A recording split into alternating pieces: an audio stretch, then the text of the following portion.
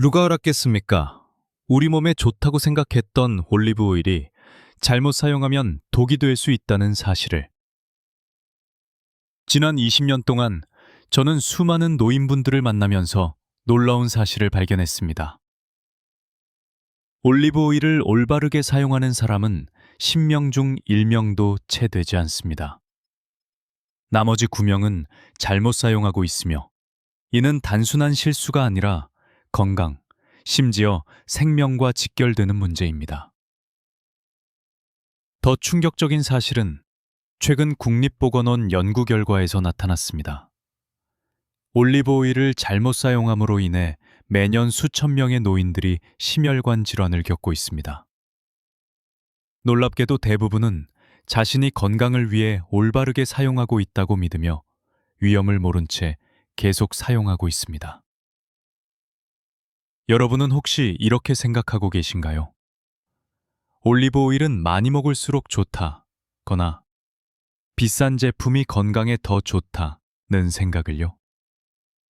이러한 잘못된 인식이 조용히 여러분의 건강을 위협하고 있습니다.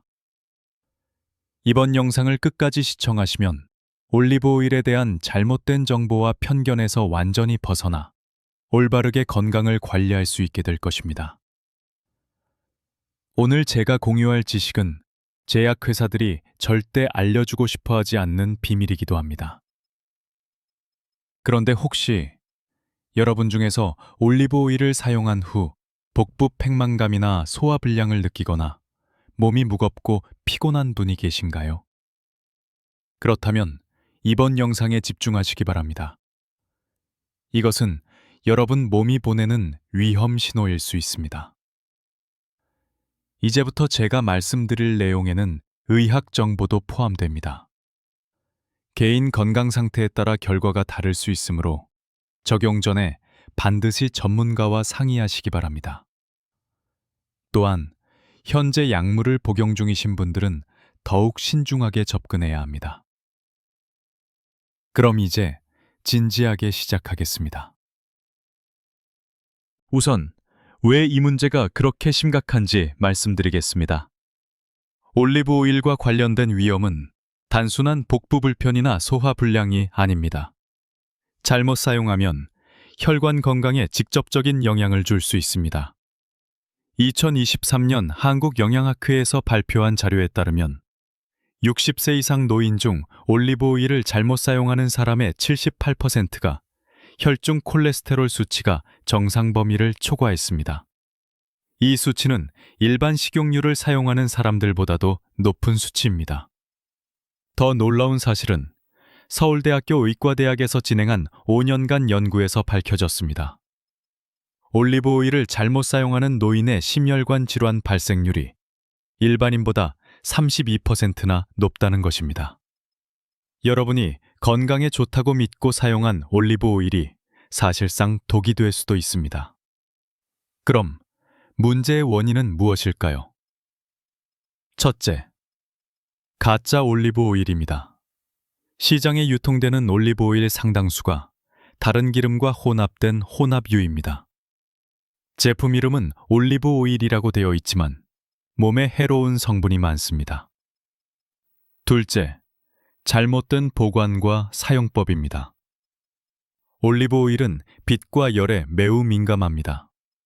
대부분의 노인분들은 올리브 오일을 주방 선반이나 가스레인지 근처에 보관하는데 이것이 올리브 오일을 가장 빨리 독으로 만드는 방법입니다. 셋째, 과다 섭취입니다. 건강에 좋다고 믿어 하루 3에서 4스푼씩 사용하는 분도 있습니다. 하지만 올리브 오일은 결국 지방입니다.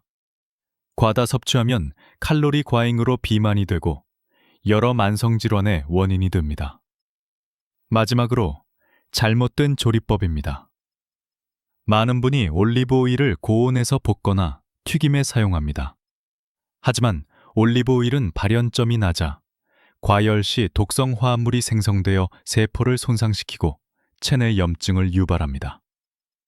이제 문제의 심각성을 보여드리기 위해 실제 사례를 말씀드리겠습니다. 경기도에 거주하는 72세 박 씨는 3년간 매일 올리브 오일을 사용했습니다.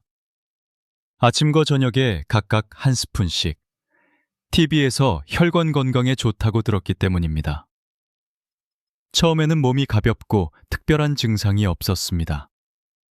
그러나 6개월 후 복부 팽만과 식욕 감소가 나타났습니다. 1년 후에는 체중과 혈압이 상승하고 콜레스테롤 수치도 위험 수준에 도달했습니다. 2년 후 갑작스런 흉통과 호흡곤란이 발생했고 관상동맥 질환으로 진단받았습니다. 주요 혈관 두 곳이 심각하게 좁아져 있었지만 다행히 의사가 즉시 시술하여 막혔던 혈관을 확장했습니다. 만약 조금만 늦었다면 심근경색으로 이어질 수 있었습니다. 박 씨는 자신이 사용한 올리브 오일이 저가 제품으로 올리브 오일 함량이 30%도 채 안 되고 나머지는 식물성 기름과 화학 첨가물로 구성된 것임을 알게 되었습니다. 또한 오일은 가스레인지 옆에 보관되고 하루 2번 직접 섭취하여 권장량의 4배를 초과했습니다. 영양 전문가의 권고에 따라 박 씨는 해당 제품 사용을 중단하고 고품질 올리브 오일을 적정량만 섭취하도록 변경했습니다. 6개월 후 콜레스테롤은 정상 범위로 돌아왔고 1년 후 체중도 안정되었습니다. 지금 박 씨는 깨달았습니다. 건강에 좋다고만 믿고 올바른 사용법을 모른 채 제품을 사용하는 것은 결코 안전하지 않다는 것을요. 부산에 사는 68세 김 씨의 안타까운 이야기입니다. 김 씨는 5년 전 올리브 오일을 사용하기 시작했습니다. 모든 것은 딸이 해외에서 사온 고급 올리브 오일 한 병을 선물하면서 시작되었습니다. 김 씨는 딸의 정성에 크게 감동하여 매일 사용하기 시작했습니다. 김 씨의 경우는 조금 복잡했습니다. 그녀는 당뇨병을 앓고 있었고 인터넷에서 올리브 오일이 당뇨에 좋다는 정보를 접하고 더욱 적극적으로 사용했습니다. 아침 공복에 올리브 오일 2스푼을 섭취하고 점심에는 샐러드에, 저녁에는 야채볶음에 올리브 오일을 사용했습니다. 처음 2년간은 별다른 문제가 없었고 오히려 혈당이 조금 안정되는 느낌을 받았습니다. 그러나 3년 차부터 이상 증상이 나타나기 시작했습니다.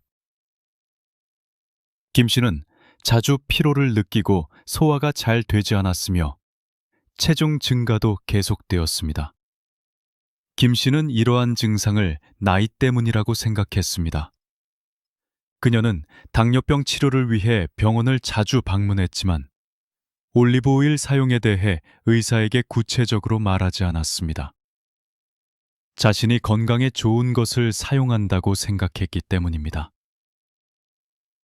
내년 차가 되자 김 씨의 건강은 급격히 악화되었습니다. 혈당 조절이 어려워졌고 혈압도 상승했습니다. 더 심각한 것은 간 효소 수치가 비정상적으로 높아진 것입니다. 의사는 추가 검사를 권유했지만 경제적 부담 때문에 미루었습니다. 5년 차 봄, 김 씨는 갑작스런 복통과 쓰러짐을 경험했습니다. 응급실로 이송되었지만 이미 늦은 상태였습니다. 그녀는 급성 췌장염으로 진단되었습니다. 의사들은 최선을 다했지만 상태는 계속 악화되었습니다. 병원에서 자세히 검사를 진행한 결과 충격적인 사실이 밝혀졌습니다. 췌장과 간에 심각한 지방 축적이 발견되었고 장기들은 장기간 과도한 지방 섭취로 심각하게 손상된 상태였습니다. 의사는 이 상태가 올리브 오일 과다 섭취와 관련이 있을 가능성이 높다고 판단했습니다. 김 씨가 사용한 올리브 오일을 분석한 결과 더 놀라운 사실이 드러났습니다. 그녀가 해외에서 구입했다고 믿었던 고급 올리브 오일은 사실 출처가 불명확한 혼합유였습니다. 올리브 오일로 표기되어 있었지만 주요 성분은 팜유와 대두유였고 다량의 보존제와 인공 향료가 포함되어 있었습니다. 더욱이 김 씨는 당뇨병 환자임에도 하루 5스푼 이상 섭취했습니다. 이는 일반인에게도 과다 섭취이며 당뇨 환자에게는 더욱 위험한 양입니다. 그러나 아무도 김 씨에게 이 사실을 알려주지 않았습니다. 안타깝게도 김 씨는 질병과 사투를 벌인 지 2달 만에 세상을 떠났습니다. 그제야 가족들은 올리브 오일의 위험성을 알게 되었습니다. 건강을 위해 사용했던 올리브 오일이 그녀의 생명을 앗아간 것입니다. 김 씨의 딸은 지금도 후회하고 있습니다. 올바른 정보를 알고 의사와 상의했더라면 어머니를 잃지 않았을 것이라고 말합니다. 이러한 비극은 다시는 반복되어서는 안 됩니다. 여러분, 방금 2 사례를 통해 보셨듯이 올리브 오일은 분명 건강에 좋지만 잘못 사용하면 독이 될 수 있습니다. 그렇다면 그 원인은 무엇일까요? 첫째, 시중에 올리브 오일 가짜 제품이 넘쳐난다는 점입니다.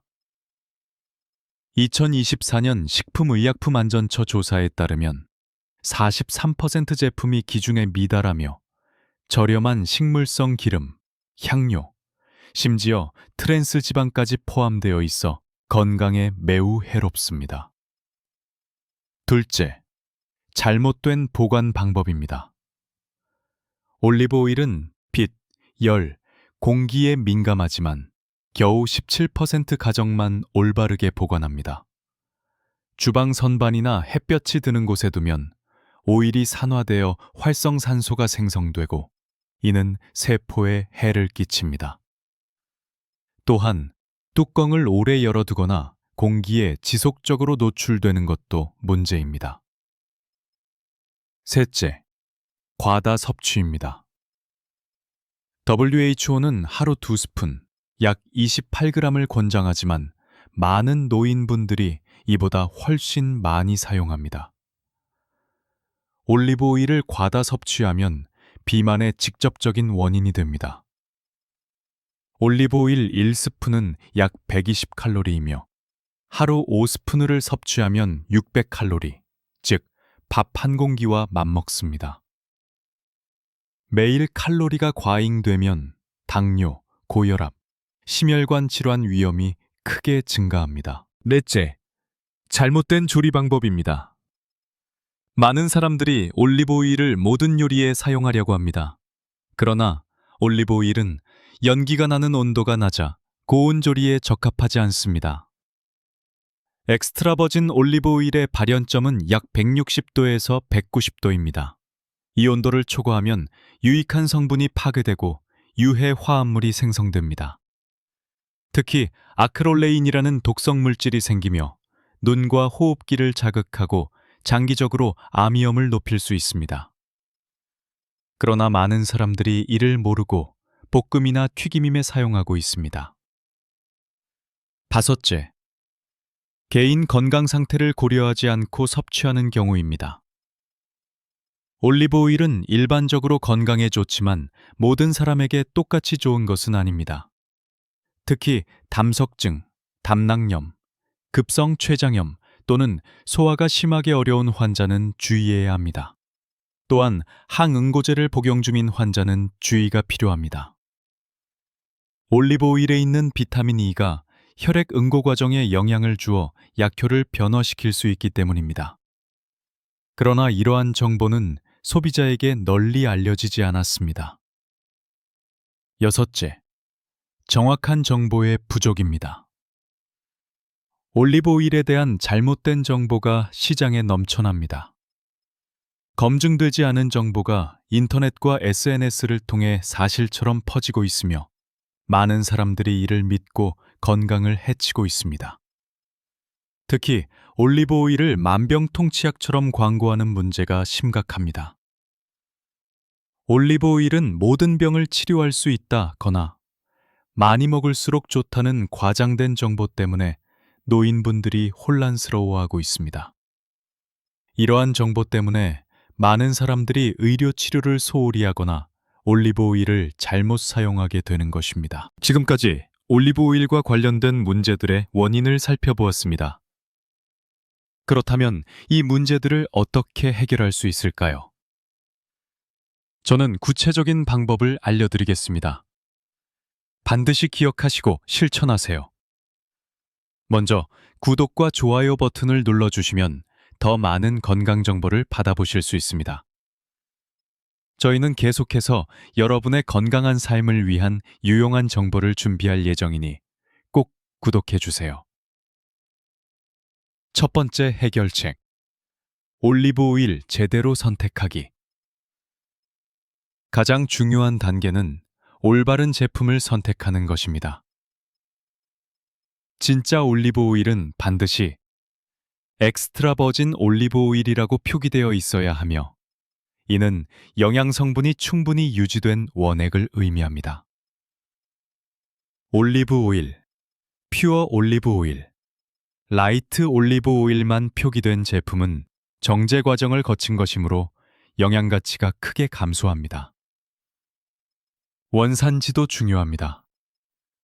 이탈리아, 스페인, 그리스, 터키 등 지중해 지역 제품을 우선 선택하세요. 수확일과 유통기한도 확인하고 가능하면 수확 후 2년 이내 제품을 선택하는 것이 좋습니다. 포장 역시 고려해야 합니다. 어두운 유리병이나 스틸 용기에 담긴 제품을 선택하고 투명 플라스틱 병은 피하세요. 가격도 참고할 수 있는 지표입니다. 너무 저렴하면 가짜일 가능성이 있습니다. 집에서 확인할 수 있는 방법도 있습니다. 진짜 올리브 오일은 냉장고에 넣으면 약간 굳어지고 약간 쓴맛과 매콤한 맛이 있으며 신선한 풀향이나 과일 향이 납니다. 너무 싱겁거나 달고 이상한 냄새가 나면 절대 사용하지 마세요. 마지막으로 PDO, PGE 혹은 유기농 인증을 확인하고 공식 웹사이트에서 진위를 검증하여 가짜 제품을 피하는 것이 좋습니다. 두 번째 해결책. 올바른 보관 방법. 올리브 오일이 아무리 좋아도 보관을 잘못하면 독이 될 수 있습니다. 가장 중요한 것은 빛을 차단하는 것입니다.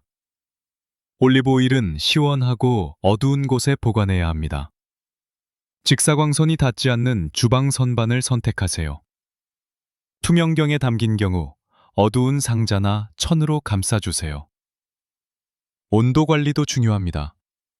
이상적인 보관 온도는 약 14에서 18도씨입니다. 너무 차갑거나 너무 뜨거운 곳은 피하세요. 특히 가스레인지 근처나 전자레인지 위는 절대 금물입니다. 온도로 인해 오일이 빠르게 상할 수 있습니다. 습도에도 주의해야 합니다. 습도가 높은 곳에 보관하면 병 표면에 물이 맺혀 품질에 영향을 줄 수 있습니다. 건조한 곳에 보관하되 너무 건조하면 병이 변형될 수 있으므로 주의하세요. 공기와의 접촉을 최소화하는 것도 중요합니다.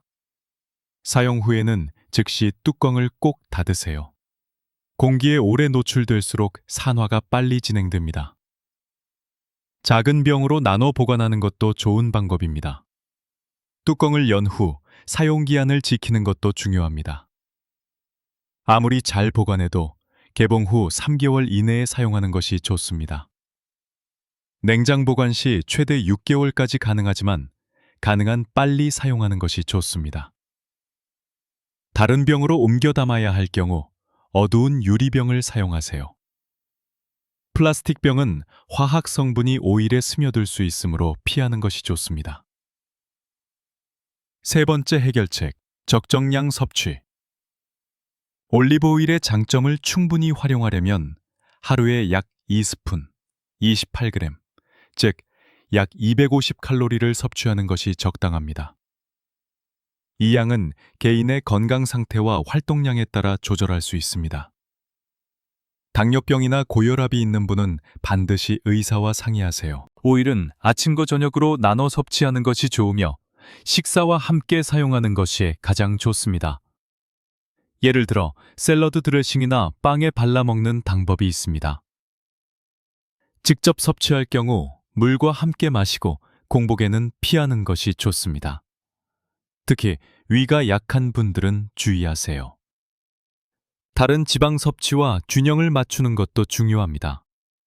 견과류, 아보카도, 기타 오일 등을 과다 섭취하면 올리브 오일의 효능이 줄어들 수 있습니다.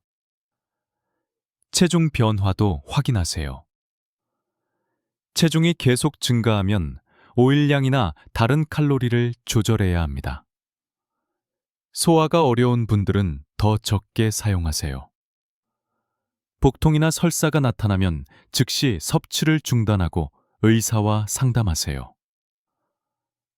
네 번째 해결책, 올바른 사용법. 올리브 오일의 특성을 이해하고 적절히 사용하는 것이 중요합니다. 가장 좋은 방법은 생으로 섭취하는 것입니다. 샐러드 드레싱이나 요리 마지막 단계에 뿌려 사용하면 오일의 영양 성분을 최대한 흡수할 수 있습니다. 특히 폴리페놀 항산화 성분은 열에 민감하므로 가급적 가열하지 않는 것이 좋습니다. 요리 시 온도 조절이 필요합니다. 엑스트라 버진 올리브 오일은 중간 불에서 사용하세요.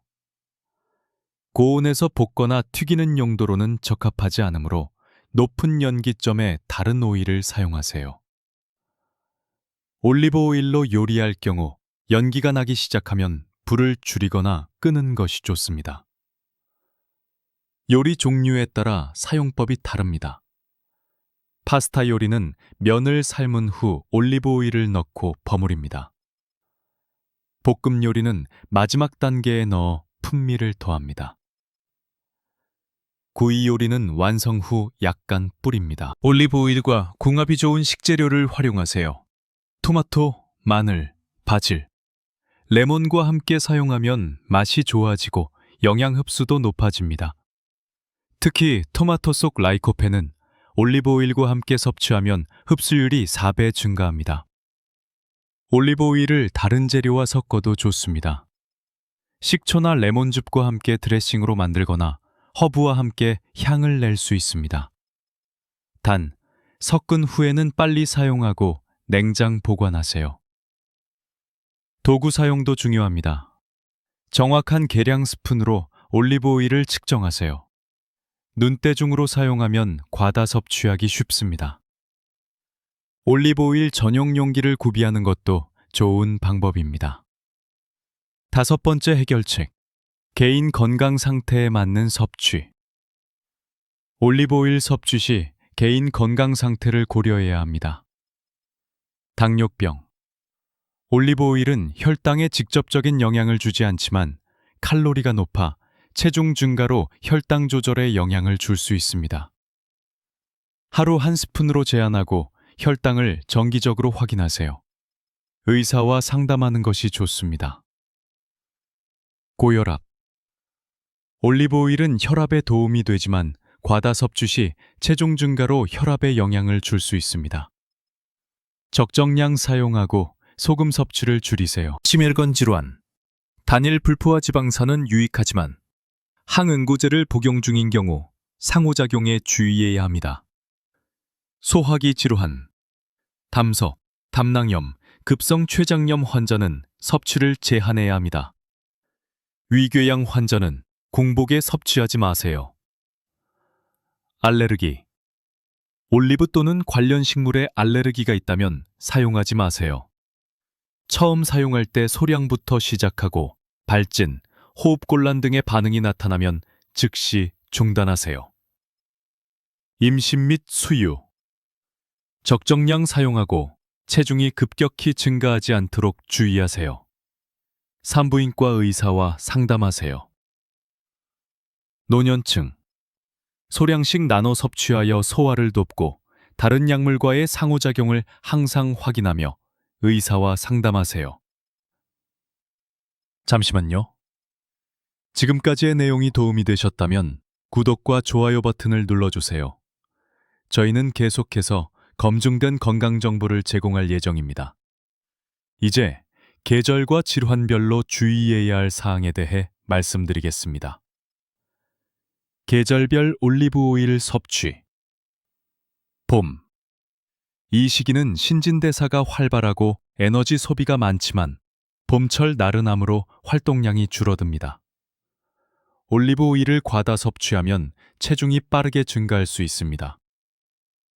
권장량에서 약 10% 정도 줄이고 가벼운 운동과 함께 섭취하세요.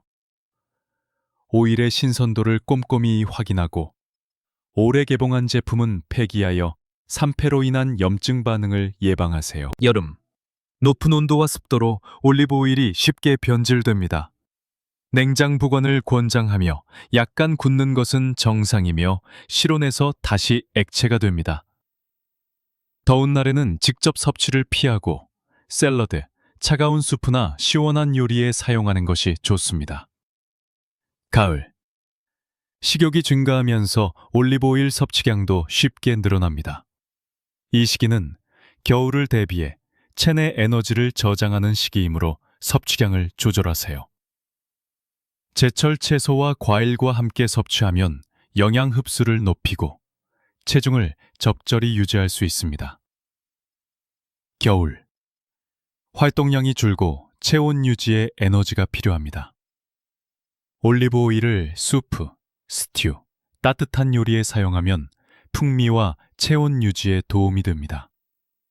하지만 총 섭취 칼로리를 고려하여 불필요한 체중 증가를 피하세요. 질환별 주의사항. 당뇨병 환자. 올리브 오일 섭취 시 혈당이 높은 상태에서는 피하고 혈당이 안정된 시점에만 섭취하세요. 인슐린 투여 시간과 올리브 오일 섭취 시간도 조정해야 합니다. 개인 맞춤 계획은 반드시 의사와 상의하세요. 고혈압 환자. 올리브 오일 섭취와 동시에 나트륨 섭취를 줄이세요. 소금 대신 허브와 올리브 오일로 요리에 풍미를 더하면 혈압 조절에 도움이 됩니다. 하지만 혈압약을 복용 중이라면 섭취 전 반드시 의사와 상의하세요. 심혈관 질환 환자. 올리브 오일에 오메가3 지방산이 유익할 수 있습니다. 하지만 급성기에는 모든 지방 섭취를 제한해야 할 수 있으므로 의사의 지시에 따르세요. 항응고제를 복용 중이라면 올리브 오일의 비타민 K가 약물 효과에 영향을 줄 수 있습니다. 간질환 환자. 지방간 환자는 올리브 오일 섭취로 증상이 악화될 수 있으니 주의하세요. 간경화나 간염 환자는 지방 대사에 문제가 있을 수 있어 섭취 전 반드시 의사와 상담하세요. 신장질환 환자. 신장 기능이 저하된 경우 지방 대사산물 배출이 어려울 수 있습니다. 또한 칼륨 섭취를 제한해야 하는 환자는 올리브 오일과 함께 섭취하는 음식도 주의해야 합니다. 약물 상호작용. 올리브 오일의 비타민 K는 와파린 같은 항응고제 효과를 낮출 수 있습니다. 또한 체중 변화로 인해 당뇨약 효과에도 영향을 줄 수 있습니다.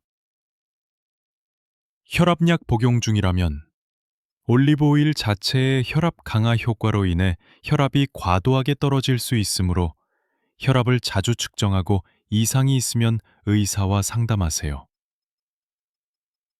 이제 여러분께서 자주 궁금해하시는 질문들에 대해 답변해 드리겠습니다.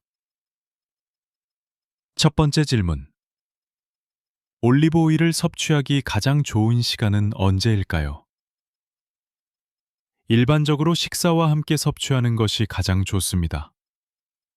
공복에 섭취하면 위에 부담이 될 수 있고 식사 직후 섭취하면 소화에 방해가 될 수 있습니다. 가장 좋은 시간은 식사 중간이나 식사 직후입니다. 아침 식사와 함께 섭취하면 하루 동안 에너지를 공급할 수 있습니다. 다만 아침에 위가 민감한 분들은 점심이나 저녁에 섭취하는 것이 좋습니다. 취침 3시간 전에는 올리브오일 섭취를 피하세요. 두 번째 질문. 올리브오일과 함께 먹지 말아야 할 음식이 있을까요? 일반적으로 대부분의 음식과 잘 어울리지만 몇 가지 주의할 점이 있습니다. 첫째, 다른 고지방 음식과 함께 섭취하면 총 지방 섭취량이 과다해질 수 있습니다. 견과류, 버터, 치즈 등 고지방 식품과 함께 섭취할 때는 양을 조절하세요. 또한 유제품과 함께 섭취할 때도 주의가 필요합니다. 일부 사람들에게는 올리브 오일과 유제품을 동시에 섭취하면 소화가 어려울 수 있습니다. 특히 락토스 불내증이 있는 분들은 더욱 주의해야 합니다. 매운 음식과 함께 먹을 때도 주의가 필요합니다. 올리브 오일이 캡사이신의 자극을 강화할 수 있어 위에 부담을 줄 수 있습니다. 매운 음식을 먹을 때는 올리브 오일 양을 줄이거나 충분히 물을 섭취하세요. 세 번째 질문. 올리브 오일은 얼마나 보관할 수 있나요? 개봉하지 않은 올리브 오일은 제조일로부터 약 2년간 보관 가능합니다. 그러나 개봉 후에는 3개월 내에 모두 사용하시는 것이 좋습니다. 냉장 보관 시 최대 6개월까지 가능하지만 풍미와 향이 줄어들 수 있습니다. 올리브 오일이 상했는지 확인하는 방법도 알아두세요. 이상한 냄새가 나거나 쓴맛, 신맛이 나면 버리세요. 색이 탁하거나 침전물이 생기면 품질이 떨어진 것입니다. 보관 중 올리브 오일이 굳는 것은 정상입니다. 냉장 보관 시 약간 굳을 수 있지만 실온에서는 다시 액체 상태로 돌아옵니다. 이는 품질 문제이 아니므로 걱정하지 않으셔도 됩니다. 네 번째 질문. 올리브 오일로 요리할 때 주의할 점은 무엇인가요? 가장 중요한 것은 온도 조절입니다. 엑스트라 버진 올리브 오일은 중불에서만 사용하세요. 강한 불에서 가열하면 연기가 나고 유해 물질이 생깁니다. 볶을 때는 재료를 먼저 볶고 마지막에 올리브 오일을 추가하는 것이 좋습니다. 이렇게 하면 올리브 오일의 영양 성분을 보존하면서 풍미를 높일 수 있습니다. 올리브 오일로 튀김 요리는 하지 마세요. 올리브 오일은 발연점이 낮아 튀김에 적합하지 않습니다. 대신 포도씨유, 현미유 등 발연점이 높은 기름을 사용하세요. 오븐 요리 시에는 180도 이하로 조리하세요. 온도가 높으면 올리브 오일이 변질될 수 있습니다. 지금까지 올리브 오일의 위험성과 올바른 사용법에 대해 자세히 말씀드렸습니다. 이제 오늘 배운 내용을 요약해 보겠습니다. 올리브 오일 진품 구별. 가장 중요합니다. 엑스트라 버진 올리브 오일을 선택하고 원산지와 제조일을 확인하세요. 너무 저렴한 제품은 피하고 어두운 병에 담긴 제품을 선택하세요. 올바른 보관 방법. 서늘하고 어두운 곳에 보관하고 개봉 후 3개월 내에 사용하세요. 냉장 보관도 좋은 방법입니다. 적정량 섭취. 하루 2스푼 이하로 제한하고 한 번에 많이 섭취하지 마세요. 개인 건강 상태에 맞춰 조절하고 필요시 의사와 상의하세요. 이제 여러분께 7일 챌린지를 제안드립니다. 오늘부터 일주일간 올리브 오일을 올바르게 사용하는 방법을 실천해 보세요. 1일차. 집에 있는 올리브 오일 확인. 라벨과 보관 상태를 점검하고 품질에 문제가 있으면 과감히 버리고 새 제품을 구매하세요. 2일차. 섭취량 정확히 측정. 계량 스푼으로 정확히 2스푼 이하 사용하고 섭취 시간과 양을 기록하세요. 3일차. 올리브 오일을 활용한 건강한 요리 시도. 샐러드 드레싱이나 빵에 발라 먹기. 고온 조리는 피하고 생으로 섭취에 집중하세요. 내일차. 보관 방법 다시 점검. 올리브 오일이 적절히 보관되고 있는지 확인하고 필요시 보관 위치를 변경하세요. 뚜껑이 잘 닫혀 있는지도 확인하세요. 1차 몸 상태 변화 점검. 소화가 잘 되는지, 건강 상태가 변화했는지 확인하세요. 이상 증상이 나타나면 사용을 중단하고 의사와 상담하세요. 6일차 가족이나 주변 사람들과 정보 공유. 오늘 배운 내용을 전달하고 함께 건강한 올리브 오일 사용법을 실천하세요. 7째 날 일주일간 경험 요약. 변화, 어려움, 향후 계획을 생각하고 정리하세요. 이번 7일 챌린지를 통해 여러분은 올리브 오일을 올바르게 사용하는 습관을 형성할 수 있습니다. 작은 변화가 큰 건강 개선으로 이어진다는 점을 기억하세요. 마지막으로 다음 주에 공개될 내용을 미리 알려드립니다. 다음 주에는 많은 분들이 궁금해하시는 견과류의 잠재적 위험에 대해 다룰 예정입니다. 하루에 먹어도 되는 견과류의 양, 독이 될 수 있는 견과류 종류, 견과류 알레르기를 예방하는 방법 등을 자세히 알려드릴 것입니다. 특히 아몬드와 호두의 놀라운 비밀과 시중에서 판매되는 주의해야 할 견과류 제품도 공개할 예정입니다. 여러분의 건강을 지키기 위해 꼭 필요한 정보이니 구독 버튼과 알림 설정을 잊지 마세요. 오늘 영상이 유익했다면 좋아요 버튼을 눌러주시고 경험이나 질문을 댓글로 남겨주세요. 저희는 모든 댓글을 읽고 답변할 예정입니다. 여러분, 한 사람 한 사람의 경험이 소중하기 때문입니다.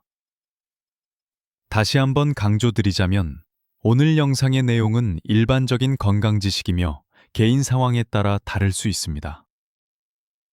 특정 질병이 있거나 약을 복용 중인 분들은 반드시 전문가와 상의하세요. 이 정보는 진단이나 치료를 대체하지 않습니다. 건강에 이상이 생기면 즉시 병원을 방문하시기 바랍니다. 건강한 삶은 하루아침에 만들어지지 않습니다. 오늘부터 작은 변화를 시작하세요. 식습관, 운동, 생활습관. 꾸준히 실천하면 반드시 결과를 보실 수 있습니다. 저희는 앞으로도 정확한 정보를 계속 제공하여 여러분이 건강하고 활기찬 노후를 즐기실 수 있도록 돕겠습니다. 다음 주에 더 유익한 건강 정보를 가지고 다시 찾아뵙겠습니다.